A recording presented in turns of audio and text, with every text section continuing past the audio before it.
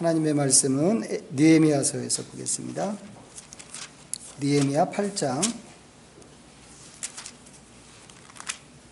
1절부터 6절까지입니다. 736년 구약성경 느헤미야서 8장 1절부터 6절까지. 길지 않은 말씀인데 우리 다 같이 합독으로 읽도록 하겠습니다. 시작.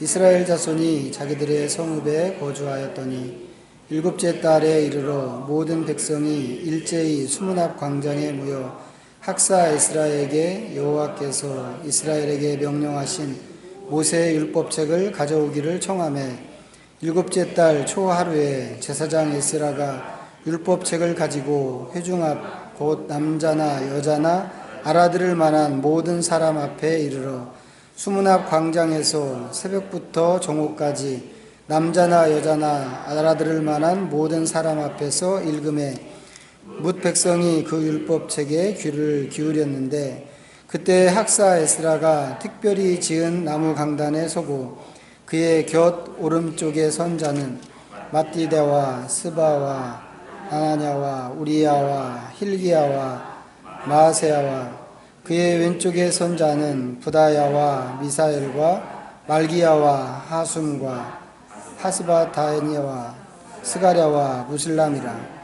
에스라가 모든 백성 위에 서서 그들 복전에 책을 펴니 책을 펼 때에 모든 백성이 일어서니라. 에스라가 위대하신 하나님 여호와를 송축하며 모든 백성이 손에 들고 아멘 아멘 하고 응답하고 몸을 굽혀 얼굴을 땅에 대고 여호와께 경배하니라. 아멘. 우리가 다 믿고 공감하고 또 동의하는 내용입니다만 성경은 하나님의 말씀입니다. 그래서 교리서에 보면 이 성경에 대한 질문이 나와요. 이제 소유리 문답이나 대유리 문답 같은 데 보면 질문이 뭐라고 나오냐면 성경은 무엇입니까? 이렇게 질문을 합니다. 그리고 이제 답이 따라 나오거든요. 성경이 무엇인가요? 우리가 알고 있는 성경은 하나님의 말씀입니다. 이제 교리책에도 그렇게 나옵니다. 하나님의 말씀인데 이제 하나님의 말씀입니다 이렇게만 나오지 않고 이렇게 되어 있어요. 성경은 하나님의 말씀이며 우리의 신앙과 생활에 있어서 유일한 법칙입니다. 다시 한번 해볼까요? 제가 성경은 하나님의 말씀이며 우리의 신앙과 생활에 있어서 유일한 법칙입니다. 되게 단순한 설명이죠. 단순한 설명인데 이 설명 안에 성경에 대한 모든 내용이 집약되어 있습니다. 일단 세 가지로 이야기할 수 있어요. 제일 먼저 나오는 게 하나님의 말씀입니다. 성경은 하나님의 말씀입니다. 그럼 이 하나님께서 누구에게 말씀하시는 건가요? 우리한테 말씀하는 거죠. 우리한테 말씀하시는데 예수님 믿는 우리한테만이 아니라 예수님 안 믿는 모든 사람에게도 말씀하시는 게 하나님의 말씀, 하나님의 성경 말씀입니다. 이게 첫 번째죠. 두 번째는 성경은 우리 신앙에 있어서 유일한 법칙입니다. 우리가 믿는 게 무엇인지 또 이 믿음의 핵심의 내용이 무엇인지 이런 것들을 알려주는 게 성경 말씀이라는 것이죠. 믿음의 대상인 하나님에 대해서, 예수님에 대해서, 성령님에 대해서 성경이 이야기해주고 또 예수님을 믿는다고 할 때, 하나님을 믿는다고 할 때 그 믿음의 방법이 무엇인가 하는 것도 성경이 이야기합니다. 왜 믿어야 하는가에 대해서도 얘기하겠죠. 더욱이 이렇게 믿을 때 우리가 이 믿음을 가지고 얻으려고 하는 목적이 무엇인가 하는 것도 성경이 이야기해주고 있습니다. 그러니까 모든 믿음에 대한 모든 것을 성경이 다 이야기해주고 있는 것이죠. 그러면 우리가 잘 믿고 싶다고 한다면 아니면 삼위 하나님에 대해서 더 많이 알고 싶어 한다면 어떻게 해야 될까? 당연히 성경으로 돌아가야 되죠. 왜요? 성경이 이런 일에 있어서 유일한 법칙이니까 성경으로 돌아가야 됩니다. 자, 세 번째는 성경은 우리의 생활에 있어서 유일한 법칙입니다. 사실 모든 사람 안에 좀 어떻게 살아야 할 것인가에 대한 좀 질문이 있습니다. 좋은 사람한테 사람한테도 있고 나쁜 사람한테도 있다고 생각하는데 나름대로 그 질문에 대한 대답, 자기 나름대로의 대답도 가지고 있습니다. 우리가 생각할 때 왜 인생을 그렇게 살아? 이렇게 얘기하고 싶은 그런 사람도 그 사람 안에는 나름대로의 어떤 방침이 있단 말이죠. 그러면 예수 믿는 사람도 당연히 그래야 되는 거 아니겠어요? 예수님 믿을 때 내가 예수님 믿는 사람인데 예수님 믿는 사람으로서 나는 어떻게 살아야 잘 사는 것일까? 이런 질문들을 우리가 마땅히 가져야 된단 말이죠. 그것이 무엇인가 우리가 알아야 되는데 그것을 알으려면 그럼 어떻게 해야 되는가? 역시 성경으로 돌아가야 된다 이거죠. 왜요? 우리의 생활에 있어서 성경이 유일한 법칙이기 때문에 그렇다 이거죠. 그러니까 믿음에 있어서뿐만 아니라 삶에 있어서도 성경이 우리한테는 유일한 법칙이라고 가르치는 것이 교리문답이라고 하는 겁니다. 근데 이것만 갖고도 사실 우리는 이제 이 성경이 얼마나 중요한 책인가 하는 것을 알 수 있습니다. 다른 사람은 몰라도 적어도 우리한테는 예수님 믿는다고 하는 우리한테는 이 성경이 모든 것을 다 이야기하고 있기 때문에 정말 엄청 중요한 책이다라고 하는 것이죠. 그런데 이제 진짜 중요한 것은 뭐 이 안에 다 포함되어 있는 내용이긴 하지만 진짜 중요한 것은 뭐냐면 성경이 하나님의 메시지다라고 하는 겁니다. 말씀하시는 하나님입니까? 응? 하나님 말씀하시는 분이라고 그랬단 말이죠. 우리한테만이 아니라 믿지 않는 교회 바깥에 있는 모든 사람에게까지 말씀하시는 하나님이시라면 성경은 모든 인간에게 주시는 하나님의 메시지라고 이렇게 이야기할 수 있습니다. 그렇다면 우리는 그 하나님 앞에 설 때 어떤 존재로 서야 될까? 당연히 듣는 존재로 서야 되겠죠. 말씀하시는 거니까. 듣는다는 게 뭘까요? 그러면 하나님 앞에서 하나님의 말씀을 듣는다고 하는 게 어떤 것일까? 이게 어떤 것인지 조금 아까 우리가 이제 시작할 때 읽은 본문이 잘 보여주고 있는데 7번째 달 초하루라고 나와요. 이게 이제 그 유대 절기 중에 나팔절이라고 하는 절기거든요. 이제 유대인들한테는 이날이 음력 7월 초하루입니다. 음력 7월 초하루인데 이날이 설날입니다. 유대인들한테. 우리는 정월 초하루가 설날이죠. 유대인들은 이제 음력 7월 초하루가 설날인데 포로에서 이 사람들이 지금 포로에서 돌아왔단 말이에요. 포로에서 돌아온 사람들이 새해 첫날에 이제 수문학 광장이라고 하는 넓은 공터에 이제 모였습니다. 모여서 에스라가 이 사람들한테 율법을 읽어주기로 했어요. 그래서 율법책을 들고 섰는데 율법을 읽어줄 때 언제부터 언제까지 읽었나요? 새벽부터 정오까지 읽었습니다. 이 새벽이라고 하는 게 정확하게 몇 시인지는 알 수가 없는데 뭐 그냥 대충 한 6시라고 생각하면 6시부터 읽었다고 해도 6시간 동안 읽은 겁니다. 이 사람들이요, 우리는 이제 각자 자기 성경책 이렇게 갖고 다니잖아요. 근데 이 사람들이 각자 자기 책 가지고 우리가 처음에 아까 니에미야서 8장 1절부터 6절까지 우리 합독으로 읽읍시다. 그래서 이제 다 같이 합창했는데 이 사람들이 자기 책 가지고 합창하면서 읽는 것도 아니었단 말이죠. 한 사람이 오면 한 사람이 읽으면 이제 앞에 강단에 서서 쭉 읽으면 자기 책 가지고 눈으로 이렇게 뭐 손가락으로 집어가면서 이렇게 따라오는 그런 형식도 아니었습니다. 왜 그게 아니었게요? 책이 없으니까. 그때는 이런 책이 아니고 이제 큰 양피지로 된 두루마리 책이었단 말이죠. 그러니까 앞에서 한 사람이 그냥 그 희귀한 책을 들고 읽으면 그냥 듣는 겁니다. 얼마나 지루했겠어요. 6시간 동안. 우리는 내 책으로 소리내서 읽어도 어떤 때는 졸음이 쏟아지더라고요. 그런데 자기 책으로 읽는 것도 아니고 소리내서 읽는 것도 아니고 눈으로 따라가는 것도 아니고 그냥 앞에서 한 사람이 읽으면 그 낭독을 그냥 듣고 있어야 되는 건데 이게 얼마나 지루했을까. 근데 이 사람들은 어떤가요? 졸지도 않고 지루해하지도 않았습니다. 오히려 뭐라고 그랬어요? 모든 사람이 이 율법 말씀 낭독에 귀를 기울였습니다. 듣는다고 하나님의 말씀을 하나님의 메시지를 듣는다고 하는 것은 이런 거란 말이죠. 근데 그것만이 아니에요. 자, 이 사람들이 말씀에 대한 태도가 아주 대단합니다. 자, 에스라가 말씀을 읽기 위해서 이제 나무 강단을 만들어 놓고 그 위에 섰습니다. 그리고는 이제 성경을 쫙 폈어요. 폈더니 사람들이 어떻게 했나요? 그 자리에서 전부 일어났습니다. 뭐 하자는 거예요? 경의를 표하는 거죠. 하나님 말씀에 대해서.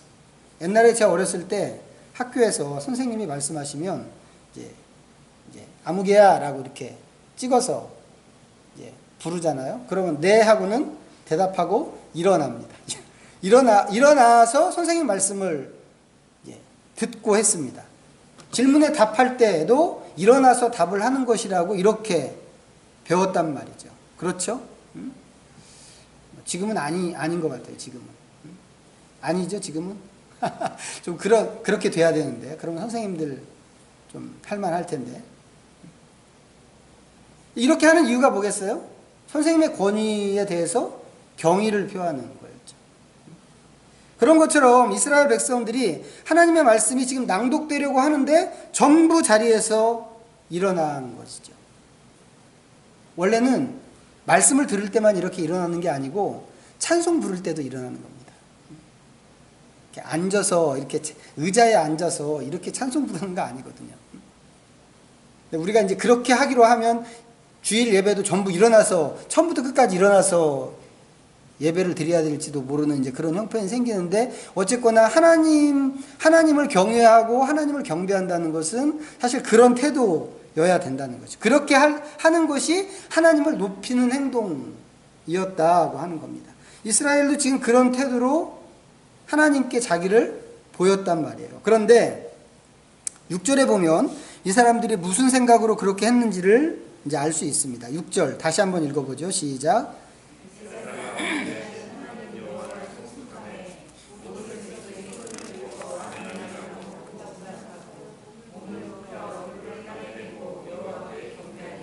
이 중국 고전 드라마에 보면 이제 이런 비슷한 장면들 자주 나오거든요. 이제 왕하고 어떤 사람이 왕하고 이렇게 마주 앉아가지고, 물론 뭐 마주 앉는 경우는 거의 없습니다만, 이렇게 왕이 얘기하면 이제 옆에 이렇게 앉았다가 이제 왕하고 얘기를 하다가 왕이 뭔가 뭐 지시를 이렇게 내립니다. 그러면 지시 받는 사람이 벌떡 일어났다가 꿇어 앉으면서 명을 받들겠습니다. 명을 받들겠습니다. 왕비도 그러더라고요. 왕비도 왕한테. 이건 뭐예요? 왕의 권위에 경의를 표하고 내가 복종하겠습니다, 굴복하겠습니다 라고 하는 그런 의미란 말이죠.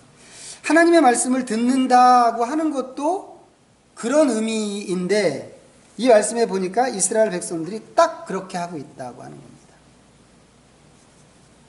그러면 왕의 말을 듣고 나온 사람이 어떻게 하겠어요? 왕이 무슨 얘기했는지 왕궁 나오면서 다 잊어버렸을까요? 절대 그렇게 할 수 없죠. 간이 배 밖으로 나오지 않는 이상. 왕궁에서 나와서도 계속해서 왕의 말씀이 어떤 말씀이었는가 곱씹고, 이것을 그 말씀을 어떻게 실행에 옮길까 그것을 연구하고 생각하고 이렇게 할 거란 말이죠. 이 사람은 왕궁에서 나왔지만 실질적으로는 여전히 왕 앞에 있는 거나 마찬가지로 행동하고 사는 것입니다.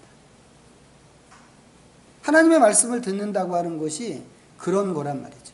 그런 거. 들은 말씀을 잊지 않기 위해서 계속해서 기억하고 또 곱씹고 하면서 이 말씀을 통해서 하나님을 항상 뵙는 거죠.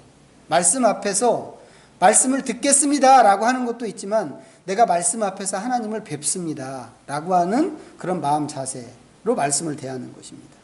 성경을 이런 식으로 읽고 기도하는 것을 기독교회가 처음부터 했습니다. 아주 오래 전에 2000년 전 초대교회 때부터 하나님의 말씀을 이제 이런 식으로 대했는데, 이런 방식을 렉시오 디비나라고 이제 이렇게 이야기합니다. 이게 라틴 말인데, 렉시오라는 말은 이제 읽는다고 하는 그런 뜻이고, 디비나는 거룩하다고 하는 그런 뜻입니다. 그래서 이제 보통 렉시오 디비나를 해석할 때 이제 거룩한 책 읽기 아니면 거룩한 뭐 독서 아니면 성독 뭐 이제 이렇게 이제 해석을 하는데, 자, 오늘은 이제 이 거룩한 독서, 우리 말씀 기도와 연관된 이 거룩한 독서의 단계, 순서를 좀 몇 가지를 말씀을 드리려고 그럽니다. 제일 먼저 이제 거룩한 독서, 이 하나님의 말씀을 읽을 때 제일 먼저 해야 되는 게 뭘까요? 기도하는 거죠. 기도하는 겁니다. 왜 뭐 기도하나요? 성령의 도움을 구하는 기도를 하는 것입니다. 이건 우리가 이제 뭐 다른 일을 할 때도 마찬가지죠. 뭐 회의를 하거나 우리가 그리스도의 이름으로 하는 어떤 일을, 무슨 일을 하든지 우리가 첫 번째로 하는 것이 기도인데, 성경을 읽을 때도 동일하다라고 하는 겁니다. 우리가 이제 큐티 할 때 큐티책 보면 큐티책에도 그렇게 이야기하고 있잖아요. 제안하는 게 처음에 시작할 때 하나님의 도움을 구합니다. 도움을 구하는 기도를 먼저 드립니다. 라고 이렇게 되어 있습니다. 우리 성경 말씀 한번 찾아보죠. 시편 119편입니다. 자, 구약 890년.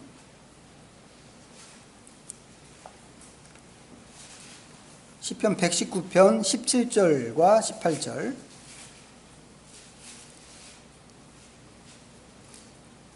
자, 또 다 같이 읽겠습니다. 17절, 18절. 시작.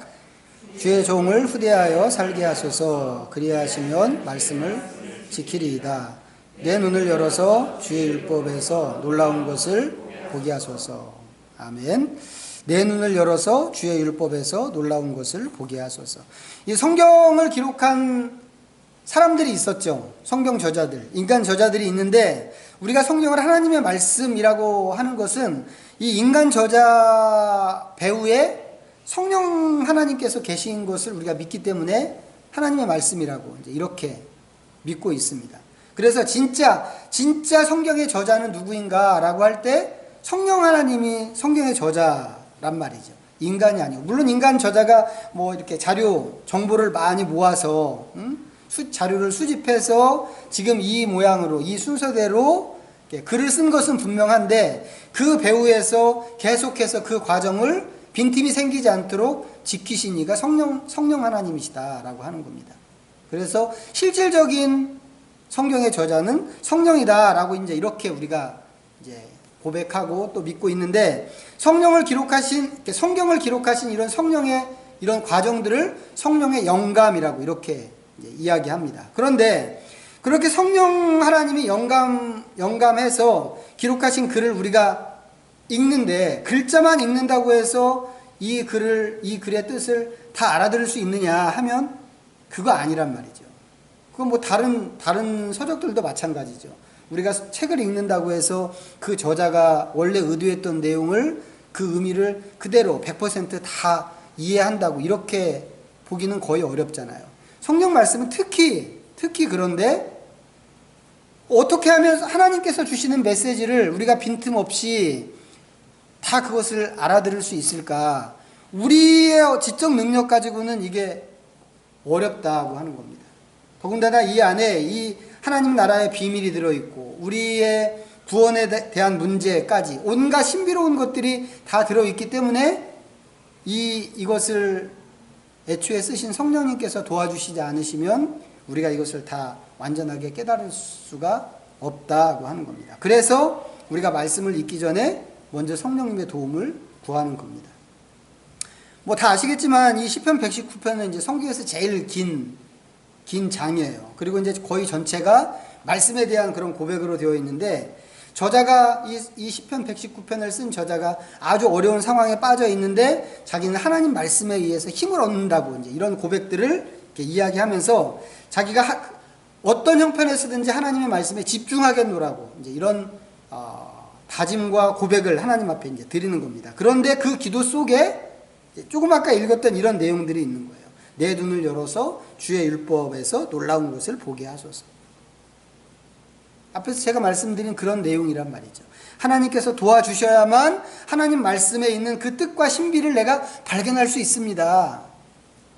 그러니까 하나님 나를 도와주십시오 라고 하는 거죠. 이게 구약시대의 글입니다. 구약시대의 글인데 이미 그 시대에 이런 사고가 있었다라고 하는 것입니다. 이렇게 첫 번째 단계에서 이렇게 기도하고 이제 본격적으로 이 말씀 렉시오 디비나를 들어가는데 그 첫 번째가 읽기입니다. 독서. 이제 보통 독서라고 하는데 이게 렉시오라고 그랬잖아요. 렉시오라는 뜻이 이제 읽는다고 하는 그런 뜻인데 첫 번째 이 단계에서 성경 말씀을 이제 읽는 겁니다. 그런데 이 읽는 것이 우리가 일반적으로 생각하는 책 읽기하고 다른 것이다 이거죠. 앞에서 말씀드린 것처럼 읽기는 있지만 듣는다는 마음으로 말씀을 읽는 것이다 라고 하는 겁니다. 살아계신 하나님께서 천지의 왕으로서 나에게 아니면 우리에게 지금 말씀하고 계십니다 라고 하는 그 태도를 가지고, 그러면 우리는 두려운 마음을 가지고 이 말씀을 드려야 된다는 거죠. 그 어떤 신하들이 왕 앞에서 왕의 말을 들을 때 두려운 마음을 갖고 그렇게 듣는 것처럼 이스라엘 백성들이 그 수문학 광장에서 다 일어서서 그렇게 한눈 팔지 않고 귀를 기울여서 그 말씀에 아멘 하면서 말씀을 들었던 것처럼 우리가 동일한 그 두려운 마음을 갖고 말씀을 드려야 된다라고 하는 겁니다. 내 책을 읽는 것이지만 그렇다 이 말이죠. 더욱이 그 마음 안에는 이 본문을 읽으면서 이 말씀을 가능하면 한마디라도 놓치지 않겠습니다 라고 하는 그런 심정이 있어야 될 것입니다. 후다닥 읽을 수 있을까요? 그런 말씀을? 아닌 거죠. 나 빨리 해야 할 일이 있는데 나 드라마도 봐야 되는데 후다닥 이렇게 그냥 해치워 버리는 것처럼 그렇게 말씀을 읽을 수는 없다는 거죠. 천천히 또박또박 읽어야 하고 또 반복해서 읽어야 됩니다. 놓치지 않기 위해서. 큐티를 할 때 최소한 3번 읽자 뭐 이제 이렇게 말씀을 드렸습니다만, 뭐 사람들 중에는 3번만 읽지 않고 4번, 5번 더 많이 읽는 분들도 계시는데 이렇게 반복해서 읽는 이유는 말씀을 놓치지 않기 위해서 그렇다고 하는 거죠. 할 수만 있으면 표시하고 색깔로 표시하고 동그라미도 치고 하면서. 주일 설교를 제가 이제 교회력에 맞춰갖고 이렇게 한다고 지난번에 말씀을 드렸습니다만, 이제 이게 정해져 있는 그 말씀 목록들이 있거든요. 이제 3년치가 이렇게 미리 딱 나오는데, 이제 저는 이제 주일 설교만 이제 그 순서로 이렇게 하지만 사실은 이제 평일날도 읽어야 되는 말씀들이 이렇게 나와 있습니다. 이제 이런 그 교회력에 대한 거기에 맞춰서 나오는 이 말씀 목록을 이제 성서일과 아니면 성서정과라고 이렇게 얘기하는데, 어떤 교회에서는 그 성서일과에 따라서 매일매일 말씀을 읽는 그런 사람들도 있습니다. 우리는 이제 그렇게는 안 하고 평일날은 이제 매일 성경을 읽자고, 매일 성경을 읽고 묵상하자고 이제 이렇게 권장하고 있는 거죠. 자, 그러면 이렇게 말씀을 매일 읽을 때 어떻게 읽을 것인가? 말씀을 읽는 방식도 중요한데, 처음에는 전체적으로 읽습니다. 이게 무슨 얘기를 하는 건지 대략적으로 뜻을 이제 이해하기 위해서 한 번에 읽는 거란 말이죠. 한 번에 읽는데, 한 번에 읽은 다음에, 한 번에 읽으면서 이게 어떤 내용인가, 대략 어떤 내용인가를 우리가 찾은 다음에 두 번째 읽을 때는 좀 더 천천히 읽어야 되겠죠. 좀 더 천천히 읽는데 그 중에서 마음을 움직이는 그런 구절들을 만나면 잠시 그 말씀 앞에 좀 머물러 있는 겁니다. 머물러서 이 말씀 속에 계시는 하나님의 임재를 좀 보고, 하나님 말씀, 이 말씀을 통해서 하나님이 어떤 말씀을 하시는지 좀 귀 기울여 더 들으려고 하는 것이 필요하단 말이죠. 조심해야 되는 거는 뭘까요? 내가 좋아하는 구절을 찾는 게 아니라고 하는 거예요. 만약에 그렇게 되면 이제 이게 말씀 채집, 구절 채집처럼 될 수 있는데, 그러니까 내가 듣고 싶은 얘기를 듣는 게 아니고 하나님의 말씀이 나를 좀 찾아서 나한테 필요한 말씀을 어떻게 해주시기를 원하시는가 하는 것을 우리가 듣는 거란 말이죠. 그 부분을 우리가 놓치면 안 되는 겁니다. 그래서 이제 내가 성경을 찾는 게 아니라 말씀이 나를 찾는 것이다 라고 하는 그런 마음 자세를 갖고 말씀을 대하는 게 좀 필요합니다. 이게 핵심이죠. 자, 그리고는 또 읽는데, 이 말씀을 읽을 때 문맥 속에서 읽어야 돼요. 문맥. 내가 좋아하는 어떤 구절, 이게 이제 큐티의 단점이라고 지적받는 건데, 단어나 구절이나 여기에 막 이렇게 꽂혀가지고 거기에 머무르고 이렇게 하는 것은 오히려 말씀을 왜곡할 수 있단 말이죠. 맥락 속에서 읽어야 됩니다. 이 말씀이 어떤 맥락 속에서 나온 것인가. 우리도 이야기할 때 누군가 만나서 이렇게 이야기할 때 맥락을 갖고 이야기하잖아요. 그냥 파편으로 이 얘기했다 저 얘기했다 막 무슨 소리인지 못 알아듣게 그렇게 하지 않는단 말이죠. 하나님께서도 맥락으로 이야기하시는 그런 분이십니다. 그렇다면 우리가 성경을 읽을 때도 맥락 속에서 지금 이 본문이 무엇을 이야기하고 있는가 하는 것을 찾을 수 있어야 된다라고 하는 겁니다. 이렇게 하지 않으면 어떻게 될까요? 하나님의 뜻을 왜곡할 수 있습니다.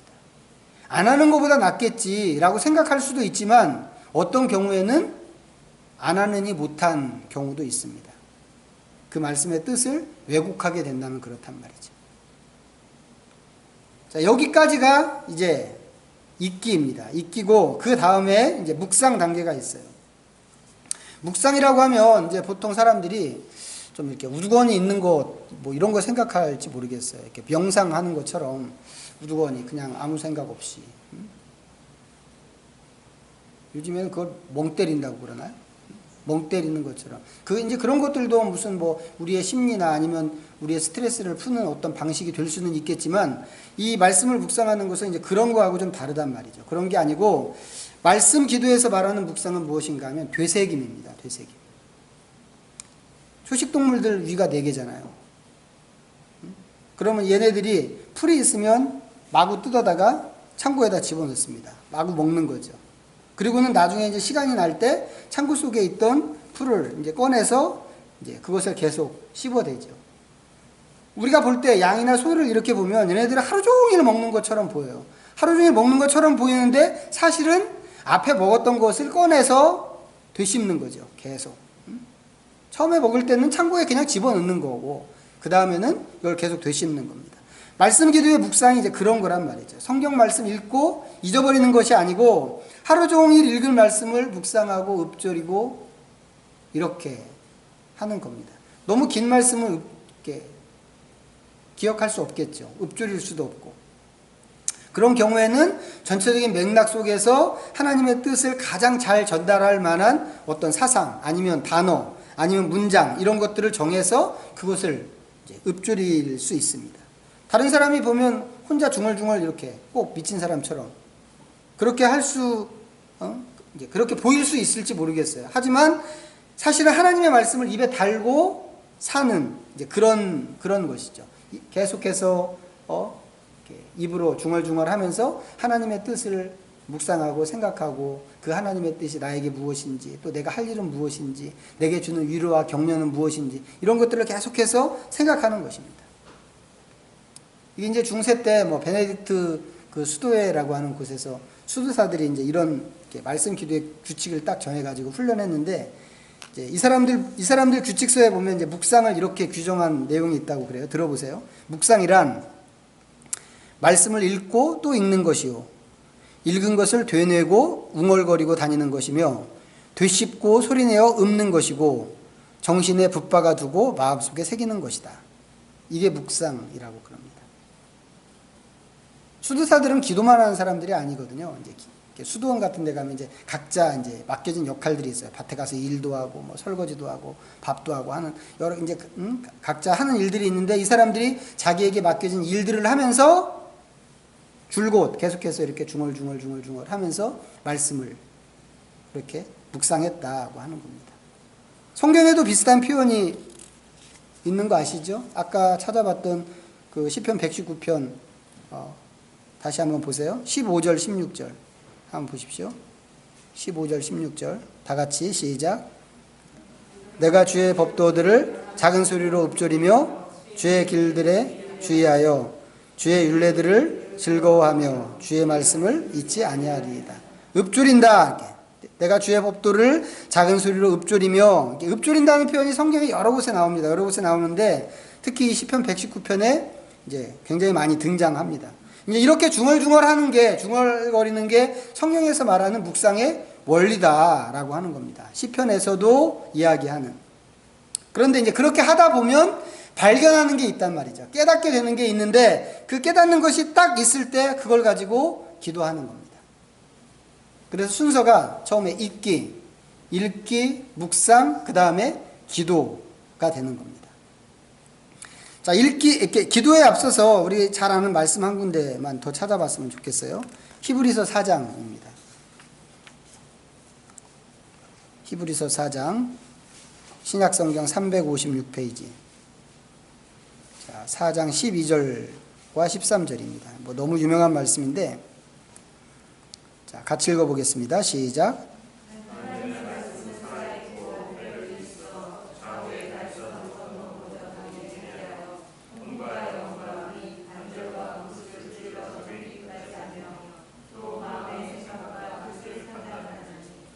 진 것이 하나도 그 앞에 나타나지 않음이 없고 우리의 결산을 받으실 이의 눈앞에 만물이 벌거벗은 것 같이 드러나느니라. 이 말씀이, 이 구절이 사실이라면 하나님의 말씀 앞에서는 모든 것이 드러나게 되어 있습니다. 모든 것이. 드러나지 않는 것이 하나도 없는 거죠. 근데 그렇게 되는, 이게 가능한 이유가 뭘까요? 말씀 앞에서 모든 것이 다 드러날 수밖에 없는 이유가, 지난주에도 말씀드렸는데, 이 말씀이, 하나님의 말씀이 능력이기 때문에 그렇단 말이죠. 천지를 창조하신 능력. 그 말씀이 이 말씀이란 말이죠. 우리가 기도하는 것은 그 기반 위에서 말씀을 붙잡고 기도를 하는 것입니다. 하나님의 말씀은 창조하신, 세상을 창조하신 그 능력의 말씀입니다. 그렇기 때문에 다 드러납니다. 그 드러난 것을 붙잡고 기도하는 겁니다. 이 말씀은 그리스도의 말씀이라고 그랬잖아요. 요한복음에서는. 예수 그리스도가 곧 말씀 자체라고 그랬죠. 말씀 자체이시니까 하나님의 말씀 안에 그리스도께서 현존해 계시는 겁니다. 지금도. 그럼 말씀을 보면서 우리는 그리스도를 발견하게 되는 거죠. 말씀 안에서 그리스도가 또 드러나는 거예요. 그러면 우리가 그 드러난 그리스도를 보면서 그 그리스도의 모습을 가지고 그리스도를 높일 수 있는 거죠. 빌립보서에 있는 말씀처럼 모든 무릎이 예수 그리스도의 발 앞에 나와서 무릎 꿇고 라고 하는 것처럼 우리가 이 성경에 나와 있는 그리스도의 모습을 높이고 찬양하고 경배하는 기도로 그렇게 할 수 있습니다. 그런가 하면 하나님의 말씀을 통해서 하나님은 어떻게 하세요? 우리에게 말씀도 하시고 우리를 인도하시는 분이시기도 하시죠. 그러면 이 말씀을 통해서 우리는 뭘 볼 수 있겠어요? 우리 자신의 삶을 또 볼 수 있습니다. 우리 삶이 드러난단 말이죠. 우리 안에 있는 생각이 드러나고 우리의 행동이 드러나고 내가 했던 행동도 까맣게 잊어버리고 있었던 그 어떤 것이 드러나고 그것이 문득 내가 그랬지, 이런 것들이 생각나면서 우리가 이 말씀을 따라서 어떤 때는 감사할 수도 있고 어떤 때는 스스로 좀 경계할 수도 있고 어떤 때는 회개할 수도 있고 그렇게 되는 거죠. 말씀 안에 우리 그런 것들이 드러나는 거예요. 말씀 안에. 아니면 말씀을 읽을 때 누군가가 떠오를 수도 있습니다. 기도가 필요한 어떤 사람이. 그러면 그 자리에서 그 사람을 위해서 또 기도할 수도 있는 거죠. 이런 기도들은 기도문으로도 정리할 수 있습니다. 이렇게 간단한 기도문으로. 그냥 한 줄짜리 기도문으로 만약에 정리하게 된다면 그 기도문을 우리가 우리 입에 좀 붙들고 중얼중얼 하루 종일 그것을 읊조리면서 또 기도로 삼을 수도 있는 거죠. 이렇게 하면 자연스럽게 쉬지 않고 기도하는 일이 된다라고 하는 것입니다. 렉시오 디비나에서는 이제 요 다음 단계로 관상이라는 단계가 있어요. 그래서 이건 좀 우리한테는 낯선 단계인데 하나님의 현존에서 하나님과 더 친밀한 관계, 친밀한 만남으로 이제 쑥 들어가는 그런 단계라고 하는데 지금 우리가 이제 기도에 대해서 이야기하는 중이기 때문에 이 부분은 나중에 또 기회가 있으면 더 자세하게 좀 나누도록 그렇게 하겠습니다. 정리하면 말씀 기도는 세 단계라고 할 수 있습니다. 말씀 기도의 단계는 물론 이제 그 앞에는 이제 기도하는 건 기본적으로 있는 것이지만 기도 이후에는 첫 번째는 성경 말씀을 읽는 거죠. 두 번째는 말씀을 묵상하는 겁니다. 그리고는 그 묵상한 말씀을 가지고 세 번째로 기도하는 겁니다. 다시 말씀드리는데 성경을 읽는 것은 하나님의 말씀을 듣는 것입니다. 하나님은 살아계신 하나님이시고 말씀하시는 하나님이다라고 하는 전제가 이 밑에 깔려 있는 것이죠. 그런데 이 하나님은 말씀만 하시는 그런 하나님만이 아니세요. 말씀하신 것에 대해서 당신이 하신 말씀은 틀림없이 지키시는 그런 하나님이시기도 합니다. 그렇기 때문에 우리가 말씀을 읽고 기도한다고 하는 것은 어떤 면에서 보면 그 사실에 기대고 기도하는 거나 마찬가지입니다. 하나님은 말씀하신 것은 틀림없이 지키시는 하나님이셔 라고 하는 그것에 기댄단 말이죠. 그래서 지난주에 말씀드린 것처럼 하나님이 말씀하신 것으로 기도하면 다른 기도보다 하나님은 더 잘 들어주신다 이거죠. 왜? 당신이 말씀하신 거니까. 조지 뮬러 얘기를 지난주에 했잖아요.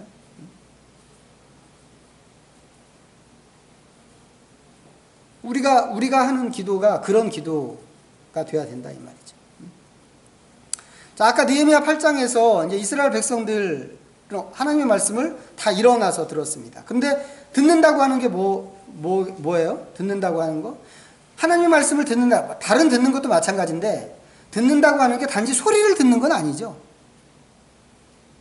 우리가 대화를 할 때 말을 듣는다고 하는 건 소리를 듣는다. 그냥 바깥에서 뭐 자동차 경적 이런 소리를 듣는 것처럼 사람의 말을 그런 식으로 듣는 건 듣는 게 아닐 거란 말이죠. 들은 말씀을 실천으로 옮겨야 그게 비로소 듣는 것이 되는 거죠. 이거 우리가 평소에도 이런 얘기하고 있습니다. 그래서 혹시 이제 우리가 자녀를 키울 때 애들이 이제 말을 안 들으면 어떻게 하나요? 왜 그렇게 말을 안 들어? 이제 이렇게 얘기하는 거죠. 사실은 말을 듣죠. 듣기는 듣는데 움직이지 않는 것 뿐이죠. 근데 그 움직이지 않는 것을 우리는 뭐라고 얘기한다고요? 말을 안 듣는다고 이야기한단 말이죠. 하나님의 말씀도 마찬가지라는 거예요. 하나님의 말씀도. 아담과 하와가 있습니다. 아담과 하와는 선악과에 대한 명령을 하나님께 직접 들은 사람들입니다. 그런데 지키지 않았어요. 이런 것이 하나님의 말씀을 듣기는 들었는데 듣지 않은 대표적인 사례죠. 소리로만 들은 거죠. 소리로만. 이 듣고 움직이는 것이 우리한테도 중요한데, 그래서 우리 애들한테 왜 그렇게 말을 안 듣느냐고 이렇게 이야기하는데, 이게 하나님한테도 되게 중요한 얘기다라고 하는 겁니다. 그래서 사울 왕이 순종하지 않을 때 이 사무엘이 뭐라고 그랬어요? 순종이 뭐보다 낫다? 제사보다 낫다. 이스라엘 사람들은 아주 그냥 대대로 그 역사 속에서 자기들이 아침 저녁으로 예배 드리는 거를 아주 그냥 최고로 여기고 그것 때문에 하나님의 축복을 받을 거라고 막 늘 생각하고 하나님께 징계를 받을 때도 내가 왜 징계받아야 되느냐고 이렇게 따지고 그랬던 사람들인데, 실제 하나님이 생각하시는 제일 좋아하시는 것은 말씀을 듣고 순종하는 거였더라 이거죠. 순종해야 그것이 비로소 진짜 듣는 것이 되는 것이다 라고 하는 겁니다. 그러면 기도할 때는 어떻게 해야 되겠어요? 기도할 때 말씀을 듣고 기도하지만 단지 기도하는 것만으로는 충분하지 않다고 하는 겁니다. 오히려 우리가 기도하면 어디까지 가야 될까요? 순종하는 데까지 가야 그게 진짜 하나님께서 진짜 기도라고 이렇게 인정해 주실 거라 이 말이죠. 전에도 말씀드렸는데 기도에는, 우리가 하는 모든 기도에는 어느 정도의 사회적인 책임이 들어 있습니다. 우리는 그냥 하는 기도처럼 보이지만 이게 사실은 사회적인 책임을 감당해야 되는 기도란 말이죠. 어떤 때 그런가? 우리가 기도한다고 하면서 어떤 경우에는 이 어떤 불의한 정책이나 아니면 불의한 사상이나 이런 것에 조력하는 기도일 수 있기 때문에 그렇단 말이죠. 그래서 제가 그때 얘기할 때 부시 대통령 얘기했잖아요. 부시 대통령 위해서 기도해야 된다고 하는 그 사람, 어떤 사람이 있었는데 나중에 알고 보니까 부시가 일으킨 전쟁이 너무 나쁜 전쟁이었다 이거죠. 우리 기도가 얼마든지 그렇게 될 수 있단 말이죠. 그게 옳은지 그른지도 잘 알지 못하면서 악한 일에 편승하는 그런 기도가 될 수 있기 때문에 기도하는 것이 굉장히 중요하고 조심스러운데, 우리가 말씀으로 기도할 때는 그런 오류를 좀 피할 수 있지만, 단지 기도하는 것에 오류 없는 기도하는 것에만 머무는 것이 아니라 우리가 순종하는 데까지 나가야 된다라고 하는 것입니다. 그래서 우리가 기도할 때는 하나님께, 내가 들은 대로 하나님의 말씀을 들은 대로 이렇게 기도하는데 내가 여기서 더 나아가서 들은 말씀대로 움직이겠습니다 라고 하는 그런 생각까지 담아서 기도하는 것이 중요하겠다고 하는 것입니다. 이렇게 하지 않으면 진정한 기도라고 할 수 없는 그런 상황들이 있기 때문에 그렇단 말이죠. 또 한 가지 말씀 기도는 하나님의 언약에 동참하는 기도라고 할 수 있습니다. 하나님의 말씀은 대부분이 언약입니다. 하나님 약속이지요. 말씀하신 대로 이루시는 하나님이시기 때문에 대부분이 약속입니다.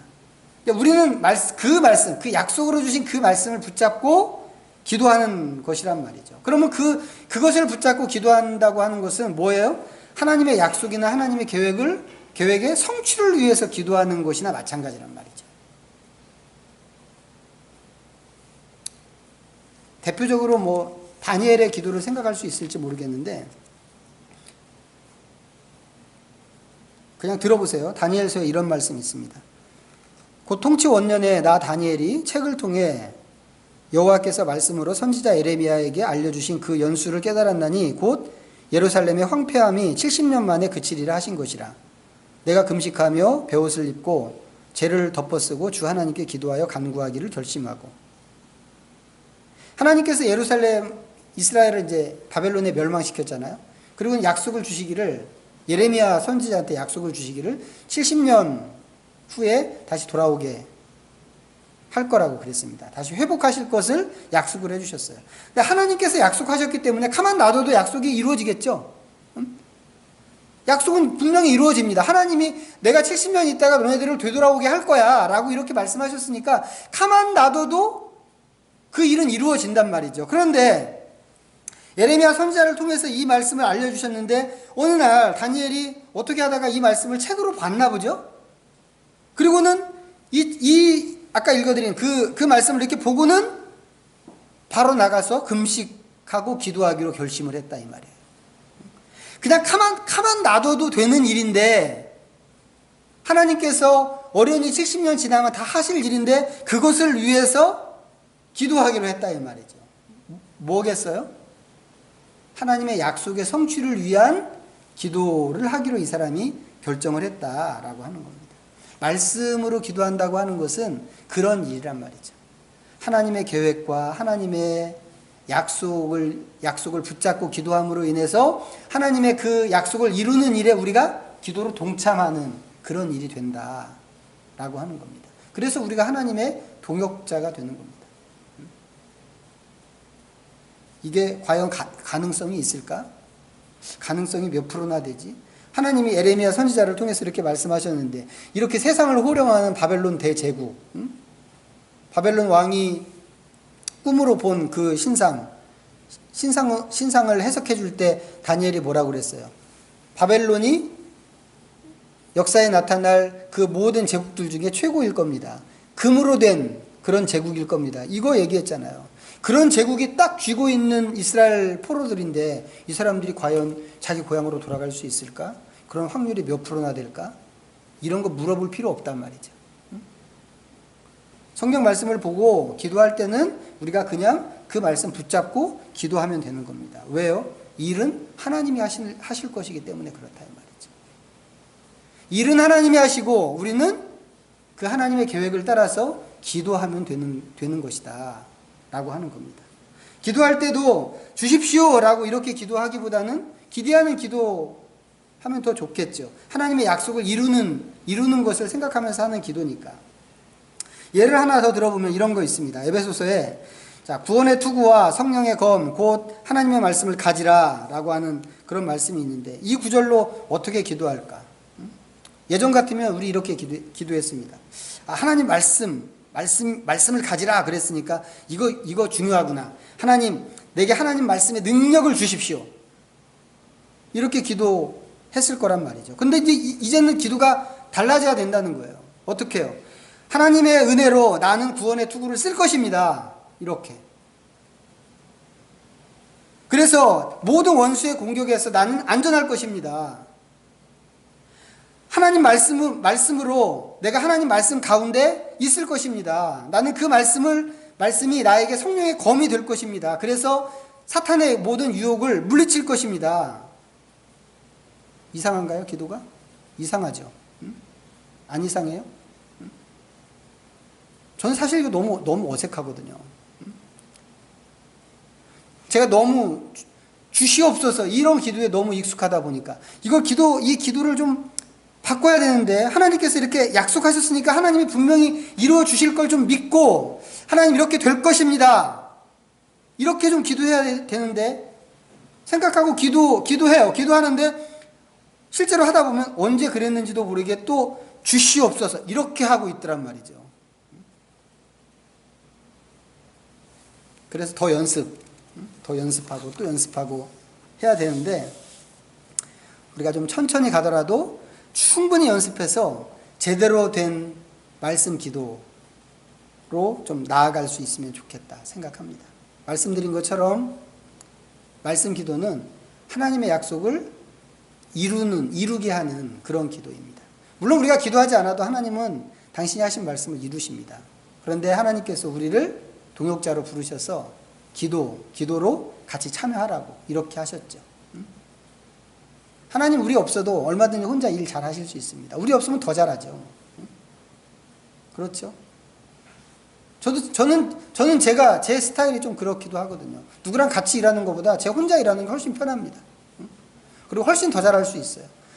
못 따라오는 사람들이랑 같이 할 경우에는 더 답답할 수 있죠. 그런데 하나님도 마찬가지가 아닐까 싶어요. 우리가 없으면 하나님 훨씬 더 일 잘하실 수 있죠. 우리는 맨날 오히려 하나님 발목 잡는 역할을 더 많이 하지 않을까 싶기도 한데, 그런데도 불구하고 하나님께서 우리를 불러서 나랑 동업하자라고 이렇게 말씀하셨죠. 동역자라는 게 그런 거잖아요. 그렇게 해서 뭐 하자고요? 나중에 그 일을 통해서 얻게 되는 그 수익을 같이 나누자고, 우리를 동역자로 이렇게 부르셨단 말이죠. 우리는 사실 할 게 없어요. 하나님이 다 하실 거니까. 우리 할 거라면 뭐밖에 없겠어요? 기도하는 것밖에 없단 말이죠. 기도. 그런데 우리가 다른 거 기도하지 말고, 이방인처럼 주여 이것도 주십시오, 저것도 주십시오, 뭐 이런 거 기도하지 말고, 우리가 하나님 말씀 따라서 기도하고 하나님 말씀 붙잡고 기도해서 하나님의 그 사역에 온전하게 좀 같이 참여할 수 있는, 그래서 그 영광을 같이 누릴 수 있는 그런 자리까지 가게 되면 정말 좋겠다라고 생각하는 겁니다. 그래서 여러분들 좀 계속 연습하시기를 바라요. 그리고 큐티 하실 때마다 그날 읽는 그 말씀 붙잡고 한 번씩 해보시고 계속 연습해야 됩니다. 저도 지금 연습하는 수준이긴 하지만 좀 이렇게 해서 정말 바른 그런 말씀 기도 안에 우리가 깊이 좀 들어가게 되기를 축복합니다. 기도하겠습니다. 하나님 아버지 고맙습니다. 우리가 계속해서 참 기도가 무엇인지 또 어떻게 기도해야 하는지 나누고 있습니다. 특별히 하나님의 말씀을 통하여서 우리가 기도의 제목을 삼고 그 말씀 붙잡고 하나님 앞에 기도할 때, 하나님 그 기도가 단지 기도가 아니고 우리의 삶을 바꾸고 하나님의 사역에, 하나님의 약속에, 언약에 동참하는 일이 되게 하신 것을 감사합니다. 이 일을 위하여서 우리를 하나님께서 하나님의 그 거룩하시고 영광스러운 일에, 사역에 저희를 부르셨사오니 이 일을 소중히 여기게 하시고, 하나님 지금까지 해왔던 모든 이방인과 같은 기도를, 그 패턴을 버리고 하나님께서 기뻐하시는 하나님의 나라와 의를 위해서 간구하는 기도의 사역자들이 다 될 수 있도록 저희를 붙잡아 주시옵소서. 예수님의 이름으로 기도드립니다. 아멘.